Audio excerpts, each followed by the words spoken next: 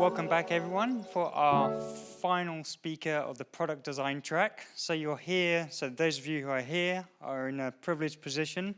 You get to hear our keynote in this particular track. So for our last and final speaker is a true champion of user-centric design in the emerging green industry. Claire is passionate project manager from the world of Cleantech. She was a key player on the team behind OVO's Charge Anytime, helping take it from concept to scaled world-first product in a blistering 18-month timeline. Proven agility can help us tackle huge challenges like climate change. She's here to share lessons on decarbonizing with agility, lessons from launching a world-class clean tech product. So please put your hands together, go crazy, and welcome Claire to the stage.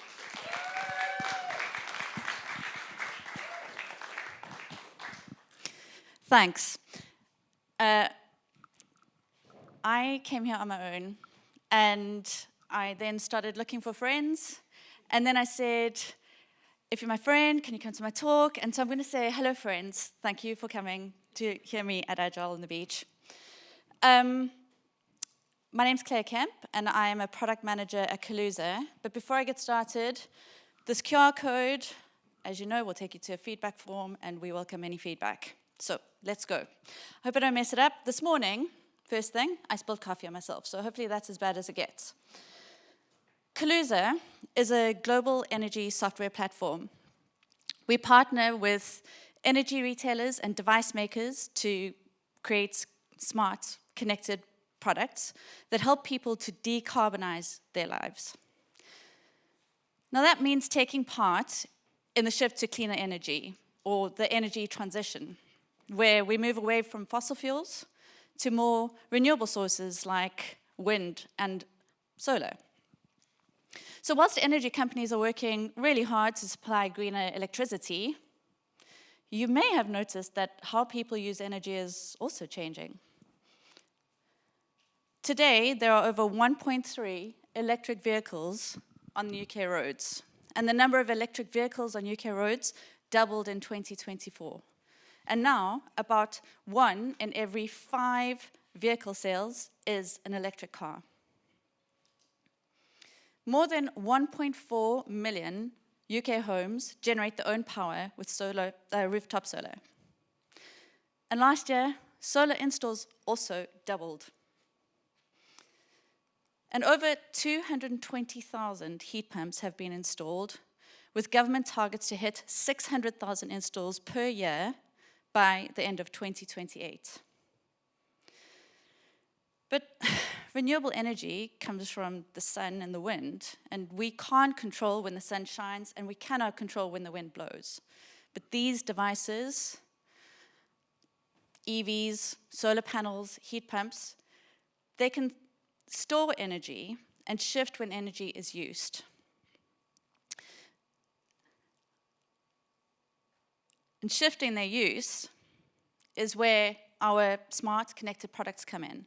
They're also known as Cleantech products. Cleantech products are not a silver bullet for climate change, but they are tools that help people to use energy in smarter, greener ways right from their homes. And that helps the grid.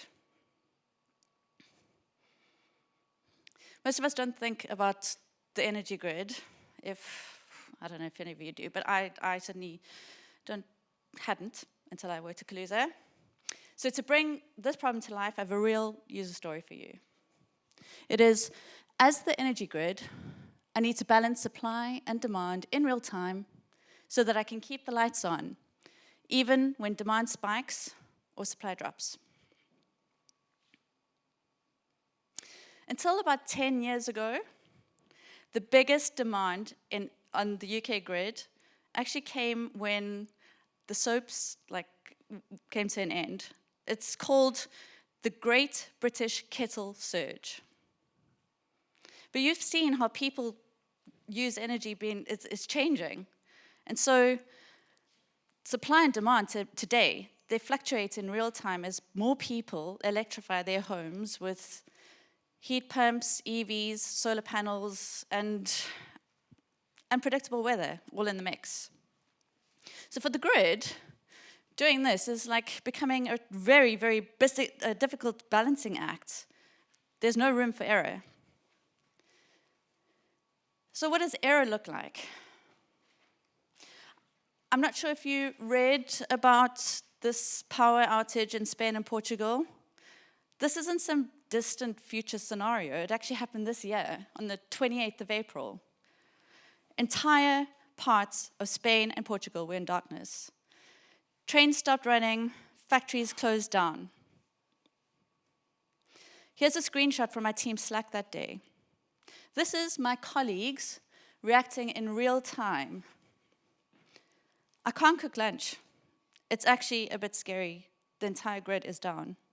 So maybe there was a surge in solar, or maybe there was a spike in demand, but either which way, there was an imbalance in the grid, and it couldn't balance supply and demand, and the lights went off. Cleantech products are designed to step in at moments just like this one. And the Cleantech product that I'm going to tell you about today is a smart EV charging product. So I'm going to introduce you to the first EV that I ever drove. This is the Renault Zoe. Let's just call her Zoe from now on. I leased Zoe when we were first testing our smart charging products. So obviously she's like the more affordable option. I actually recently learned that she is being deprecated and being replaced with a more compact, more competitive Renault model. Nevertheless, she has a 52 kilowatt-hour battery. And what that means is that on a single charge, I could get from London to Cardiff without stopping. Unless it was cold and I needed to use the heating, because heating really does cut into range. Now, if we compare energy use of Zoe with a typical 3-bedroom home in the UK, this home uses between 8 and 11 kilowatt hours of electricity per day. If I charge Zoe at home, it would take 9 hours. Sure, I can go to a faster public charging point and it would take an hour, but it would be 6 times as expensive, and I'd probably buy chocolate as well. But if I charge her at home, it adds 1 whole week's worth of energy to my bill in one night. And sure, not everybody charges every night, but having an EV in your home can bump your energy bill by 80%. 80%. It's like almost double.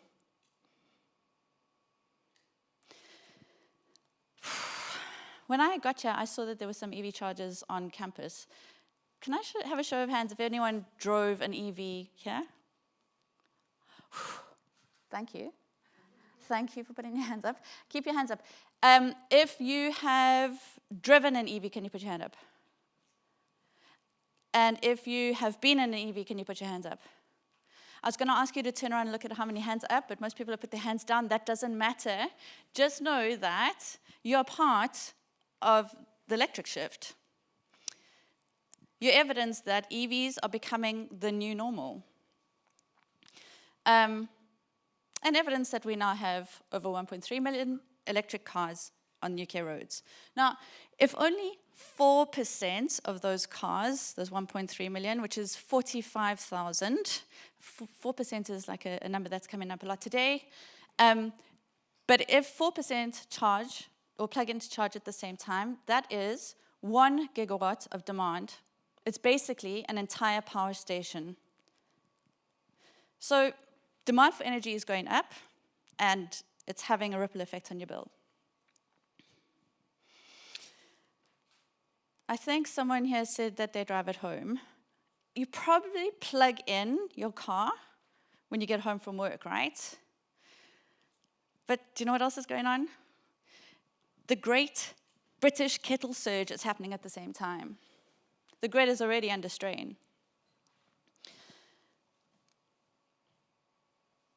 Seriously though, it is good that we are replacing petrol cars with electric cars, because they're a big part of the electric shift.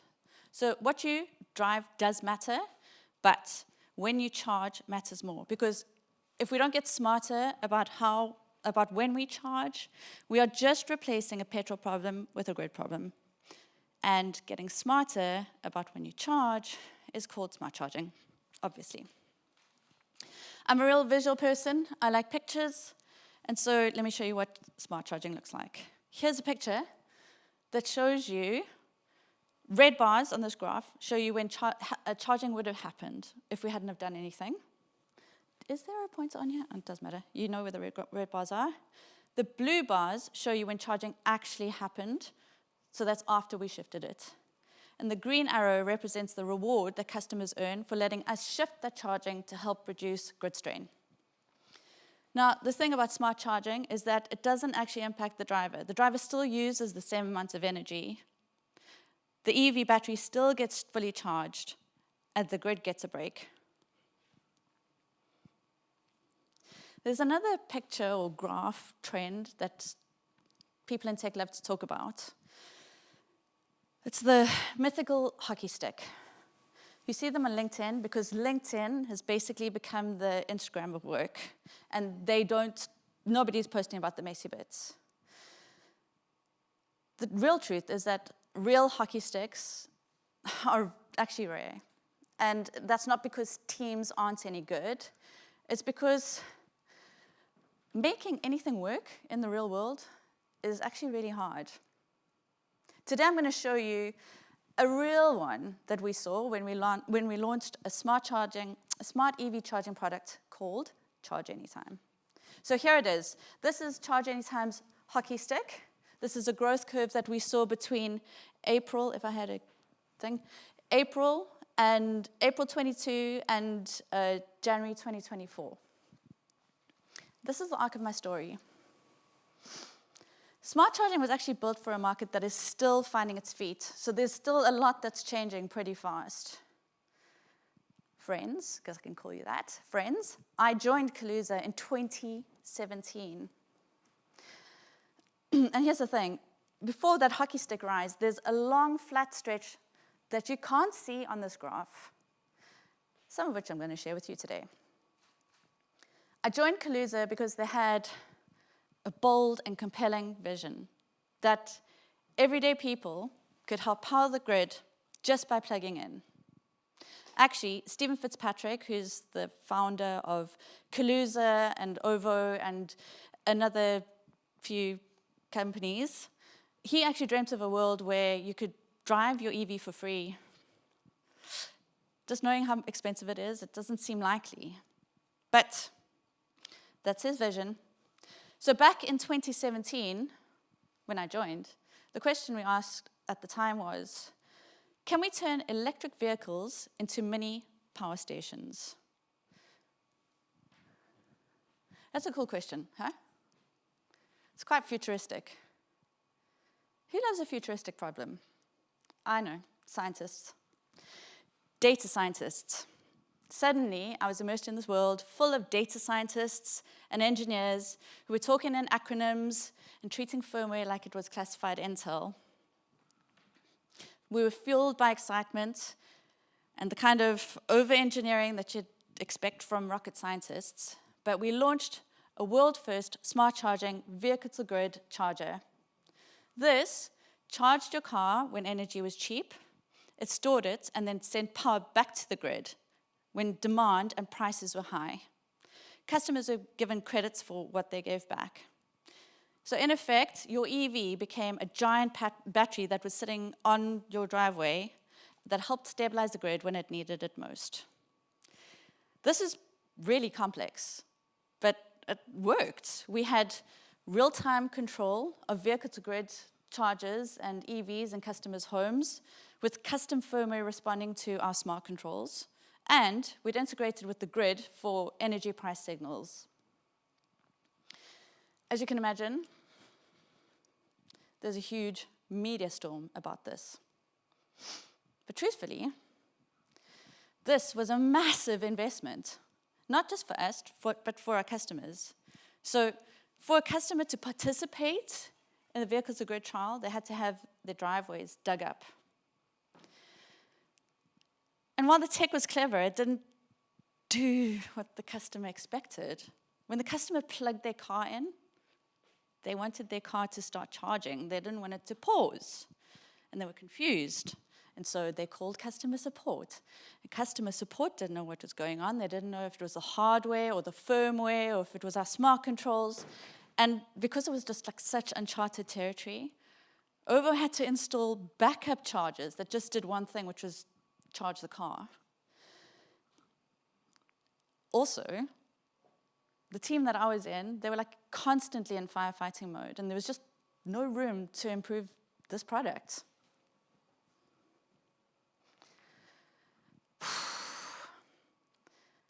This was a really difficult way for us to learn that innovation doesn't just succeed because it's clever. It was time for us to pivot. So we'd proven that it could be done.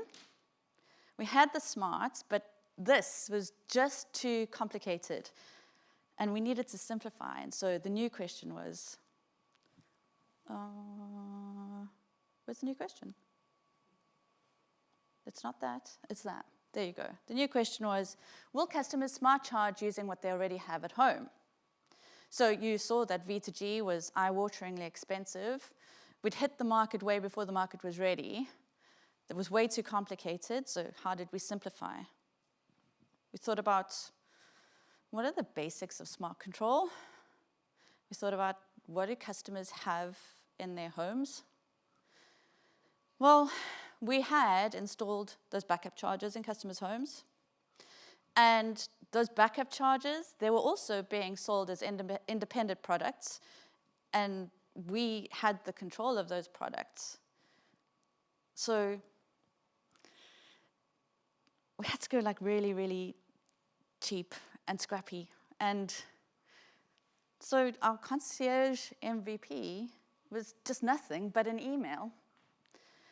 We sent this email to customers, and we asked them, so we sent it to customers with the backup chargers in their homes, and we asked them to register their interest in a simple tariff. So that's a tariff that would cost a different rate for powering your home versus charging your EV. There was no app, no digging, just spreadsheets. Everything behind the scenes was manual. So we collected data, and we calculated customer rewards by hand. And we compared those who had registered their interest with those who had the same setup at home and who hadn't registered their interest. And this cheap experiment worked. Results showed that people would smart charge using what they had at home, and those that did also relieved the grid from stress. Our first lesson is that starting scrappy helped us to learn fast. It didn't need polish. It could probably have been even simpler. But having something in the real world, we could observe actual behavior rather than just making assumptions. So armed with those insights, we had more questions like, what would it take for us to turn smart charging into a product that people actually just got? And this is when we entered into our beta testing phase. It still wasn't polished, but it had a lot more structure. So we had real users, real feedback, real risk. And to manage that risk, we kept the eligibility rules tight. Essentially, customers had to be on a specific OVO fixed rate tariff. And for those of you who don't know what a fixed rate tariff is, you get a fixed rate that you pay for a contracted period. So it's got an end date. So customers also needed to have one of the eligible vehicles or chargers that we could control. My team tested the charger integrations, and so zero distance to customer, naturally, I became the test customer. And this is what beta testing looks like. Here, I was dangling cables out of the window of my second floor flat. I did not have a driveway. I didn't have a charger. I had loads of extension leads, and I had loads of masking tape. And I had a test unit. And also had pretty good neighbors. But actually, I lived on a high street. Some people would like stop and ask me, what are you doing, lady? And others would take pictures, and I think they were maybe complaining. But at the same time, another team in Kaluza was testing a different setup with an integration to a third-party data provider. And in that test, customers just needed their car, an eligible car, their existing home charging setup, and they needed to install a test app on their phones. These tests showed us that we didn't need perfect conditions, but we needed to make it worth it. We needed to make it accessible, so it needed to be available to more than just a charger.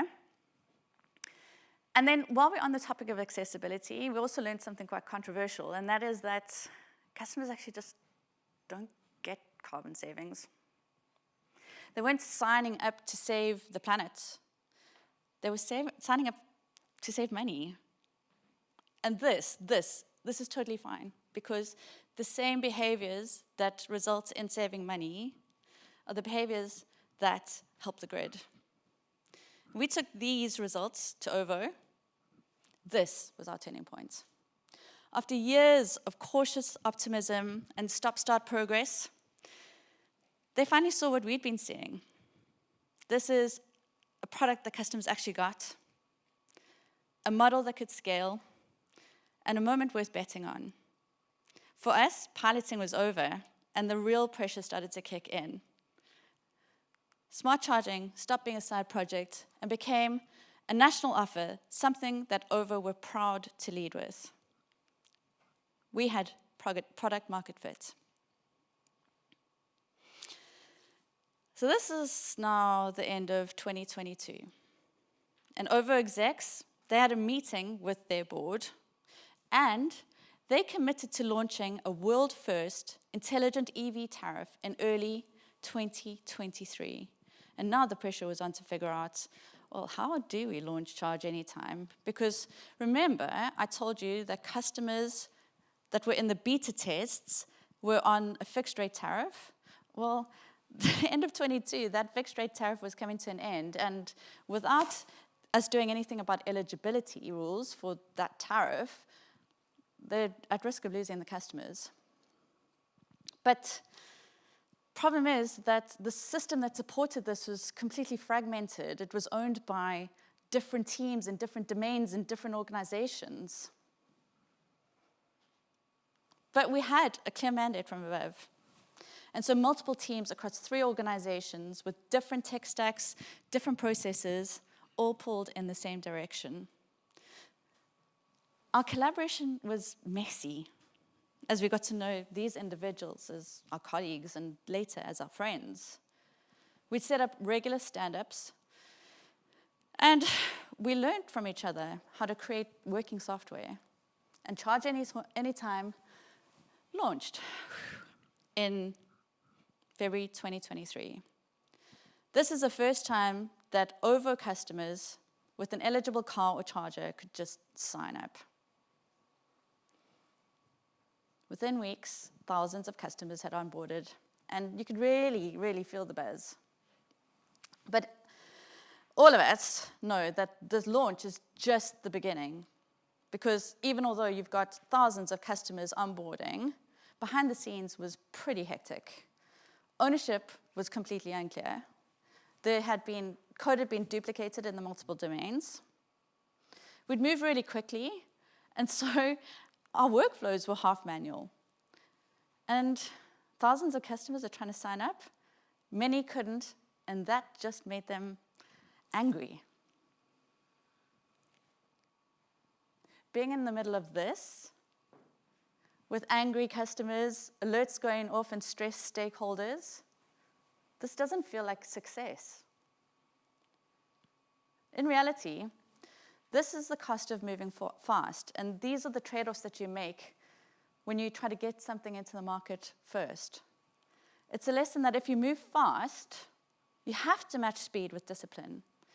Agility will help you to launch, but when real people are using your product, you need discipline and glamorous stuff, like how you track quality and how you clean up tech debt.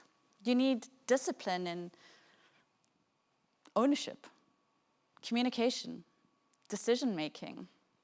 So yes, launch fast, but if you want to stay in the game, you have to have discipline to make it sustainable.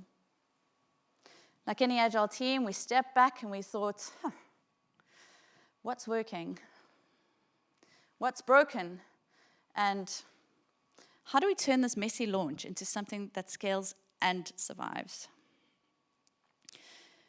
We figured out the blockers to scale.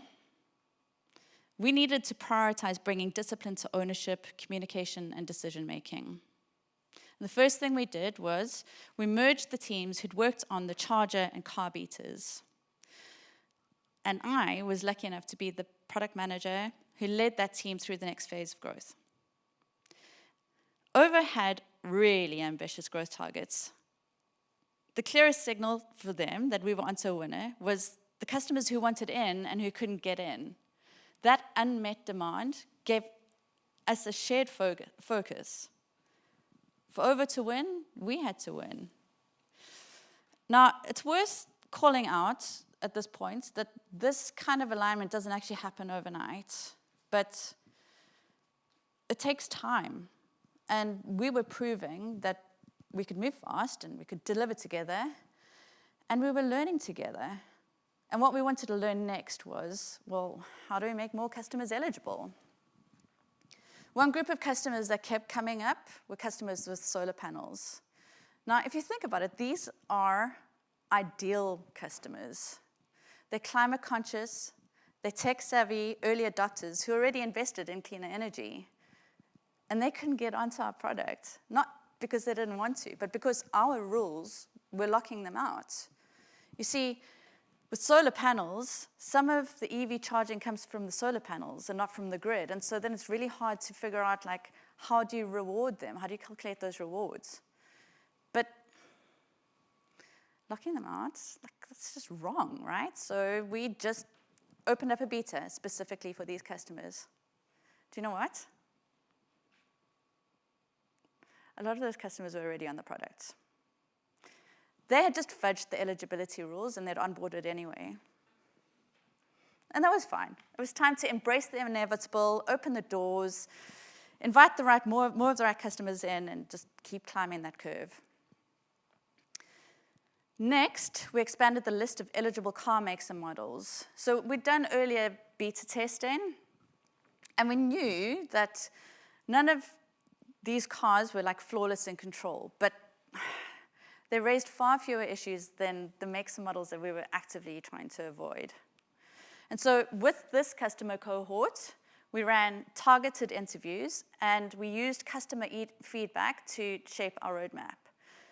This customer cohort boosted growth, and they didn't stretch the system too far. It was Q3, and Ovo's acquisition targets were looming tantalizingly close. We needed to take one more bold step. And what we were learning with this group actually gave us the confidence to do just that. So I don't know if any of you drive Kia or Hyundai EVs, but those are really tricky to control. However, mixed panel data that we had was crystal clear. These customers wanted in. We knew the risks opening up this beta, and so did Ovo. But our relationship with them and with our customers meant that we could go into this beta with our eyes wide open.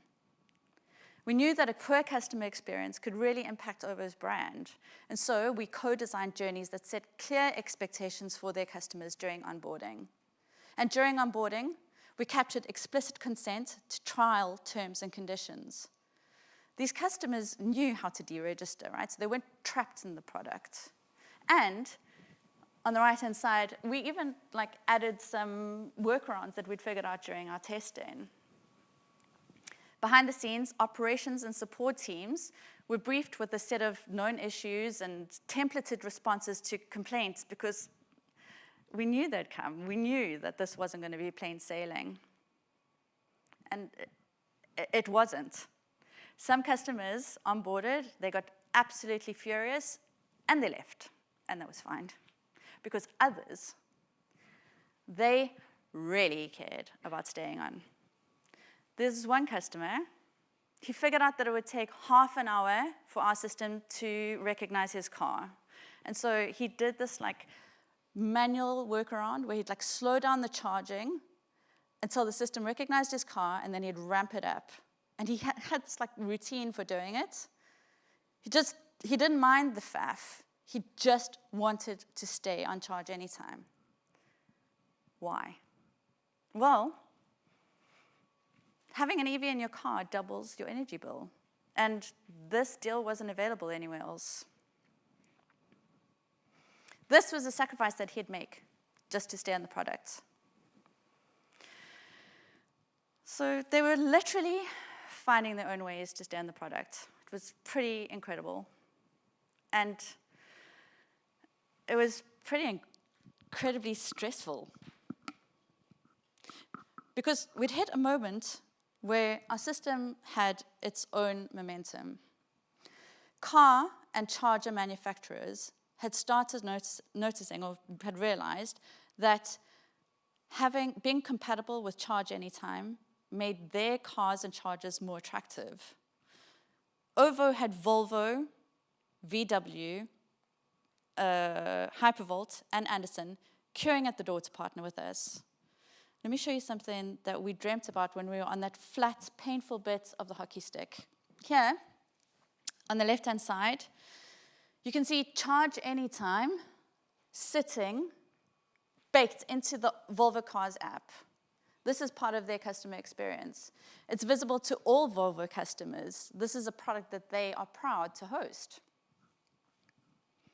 And here on the right, you can see Hypervolt and Anderson chargers that are being differentiated as being Charge Anytime compatible.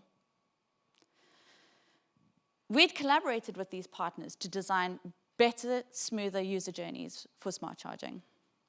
We'd continuously improved on what we'd done before, and we'd grown together.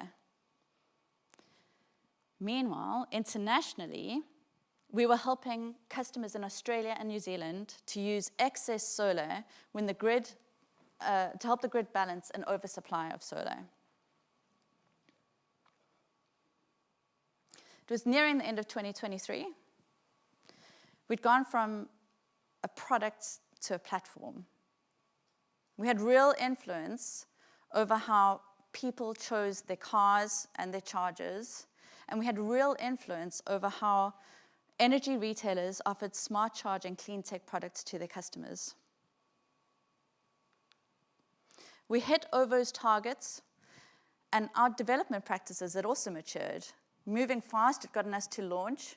Discipline and cleanup helped us to stabilize. We were aligned with our partner goals, and we'd been totally transparent in our communication. And you know what? It turns out that our transparency had helped us develop the trust that we needed to unlock scale. We'd been totally honest about what was working and what wasn't, with customers, with OVO, with our car and charger manufacturers, and that honesty had built trust. The trust made those partnerships deeper. They were more collaborative, more invested, and they were more willing to take risks with us. Telling the story of what happened in my life 2 years ago just sounds like fun. Well, it was fun, like I'm not gonna lie, it was fun, but I'm sure that you know that it wasn't always fun. And that there's another reason why transparency matters so much. Just as some customers were bending over backwards to stay on our product, we got hit with a major incident. One of our biggest eligible vehicle manufacturers changed how their cars paired with a third-party data supplier. And as they rolled out their updates, hundreds of customers started dropping off Charge Anytime. Suddenly, there was just no bigger question than how do we respond to this change? You see, this customer group, they made up 40% of the Charge Anytime user base. And this change, it also threatened our international pilots. Now I want to show you this image because it feels right for this moment. It's called climate strides. And it is a simple way to show you how global temperatures have risen over time.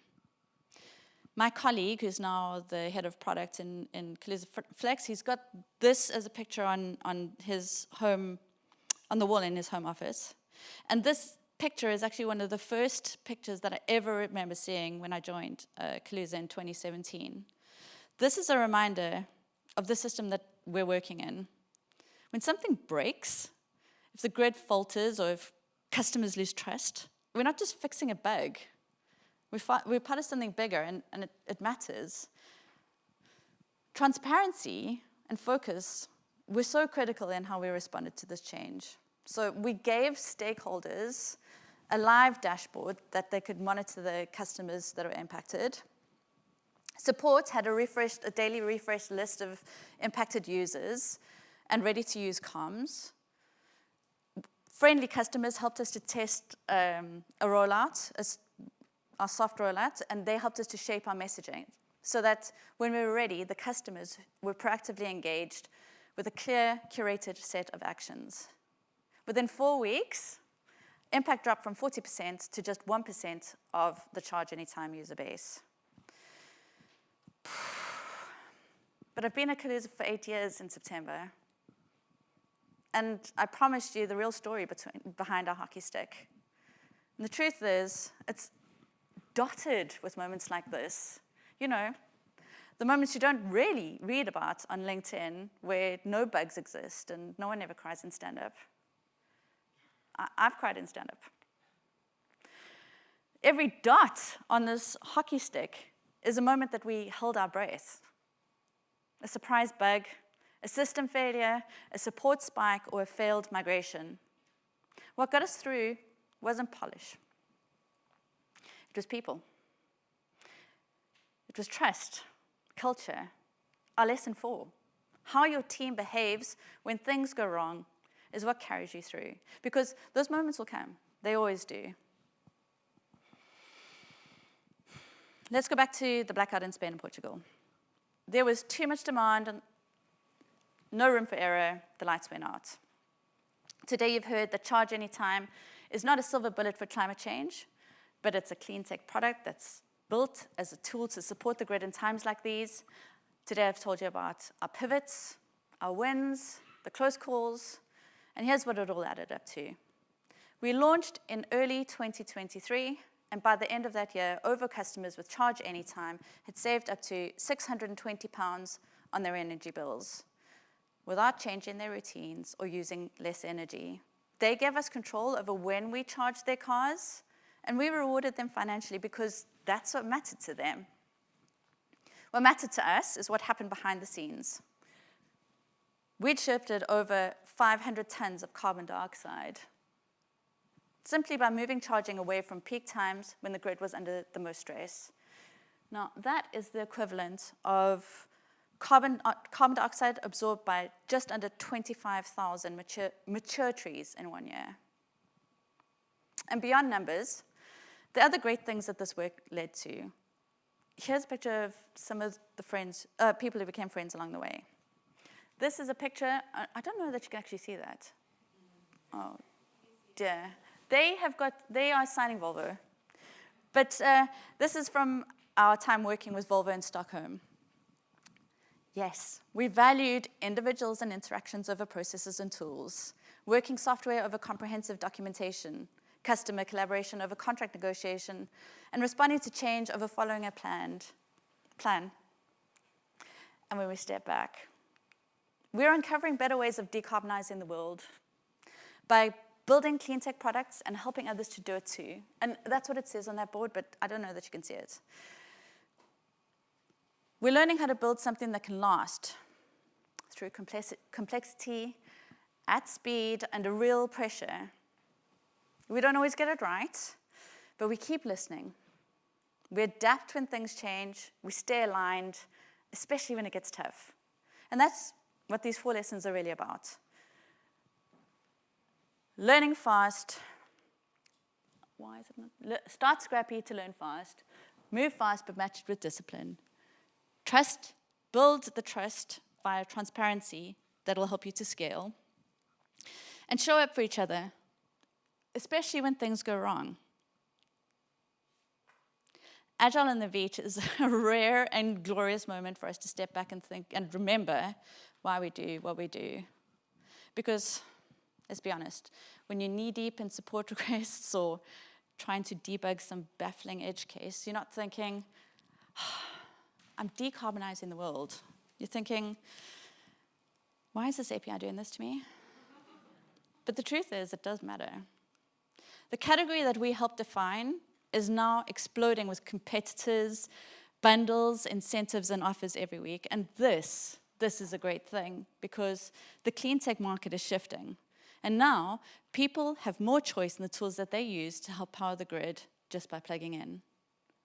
And at Kaluza, well, we're revisiting that idea of turning people's EVs into mini power stations with our partners at Volvo. But this time, it's backed with real customer insights and a market that's ready for smart charging. About 6 months after the story that I've just told you today, a large international energy retailer called Agile, with the vision of helping Australians electrify and decarbonize the way that they live, move, and work, invested in Kaluza as a platform that enables people to help power the grid just by plugging in. Their investment is proof that the way we work, through the mess, the ambiguity, the trade-offs, can change something real. Agile helped us to build something that challenged the system, reshaped a market, and made a real dent in the climate crisis.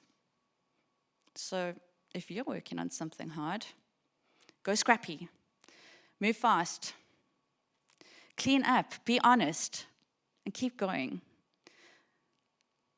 The Agile mindset isn't just how we build and deliver, it's how we lead.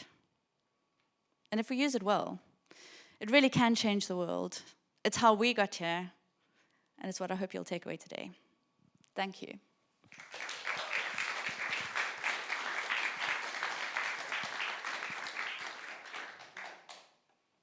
Okay, brilliant. We have time for questions. Does anyone have a question for Claire? Oh, yes.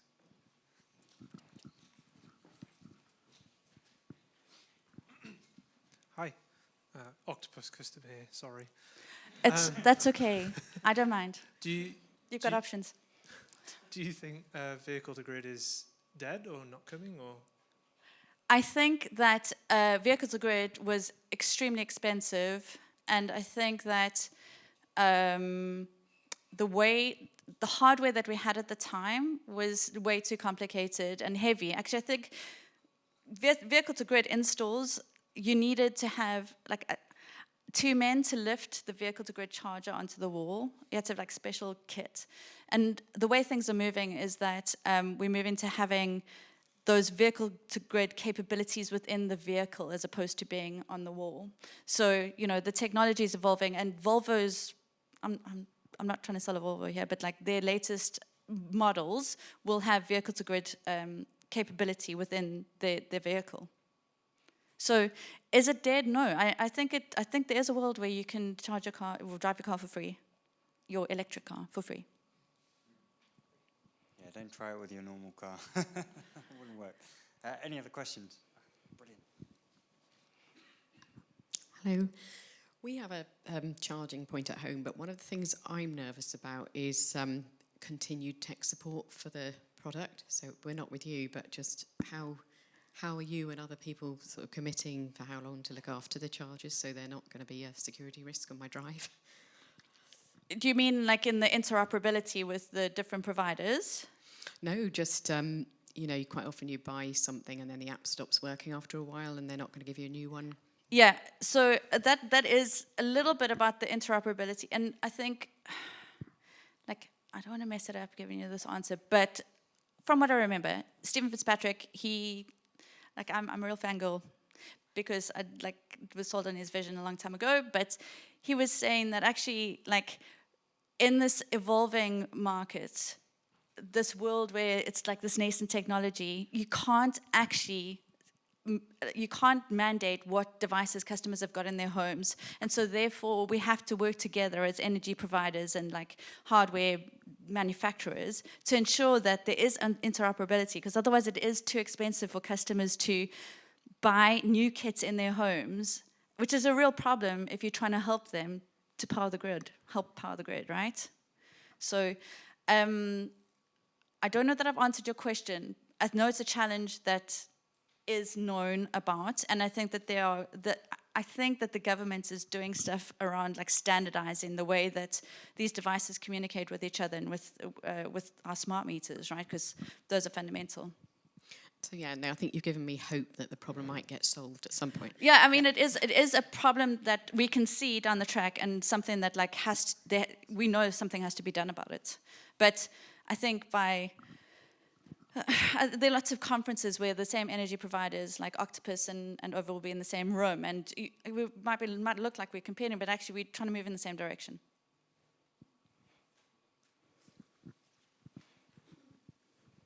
Hi.